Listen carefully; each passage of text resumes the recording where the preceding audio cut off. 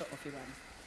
4 of Europe's top diplomats all in agreement. The deal is working. It is delivering on its main goal, which means keeping the Iranian nuclear program in check. Thursday morning in Brussels, the EU's High Representative and the foreign ministers of France, Germany, and the UK met with their Iranian counterpart.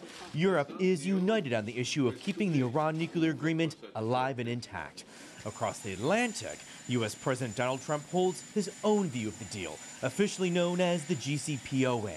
He's called it the worst agreement ever negotiated. And while President Trump is expected on Friday to extend it and not reimpose sanctions against Iran, he could always scrap America's commitment to the deal down the road.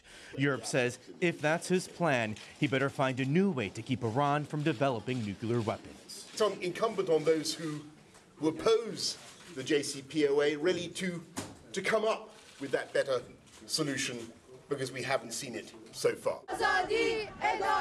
Still, Europe is facing its own criticism. Outside the foreign ministers' meeting in Brussels, protesters demanded the EU take a stronger stance against the Iranian government. They're showing their solidarity with the protesters who've rocked the Shia state, as anger against Iran's leaders mount, in part over perceptions the economic benefits of the nuclear deal haven't trickled down to average citizens. Many experts, however, say it's truly one of the best tools for keeping Iran a non-nuclear state.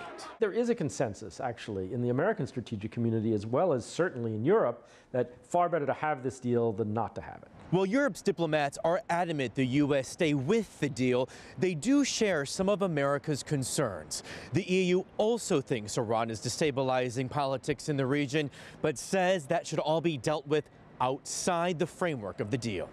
Kevin Osbeck, CGTN, Brussels.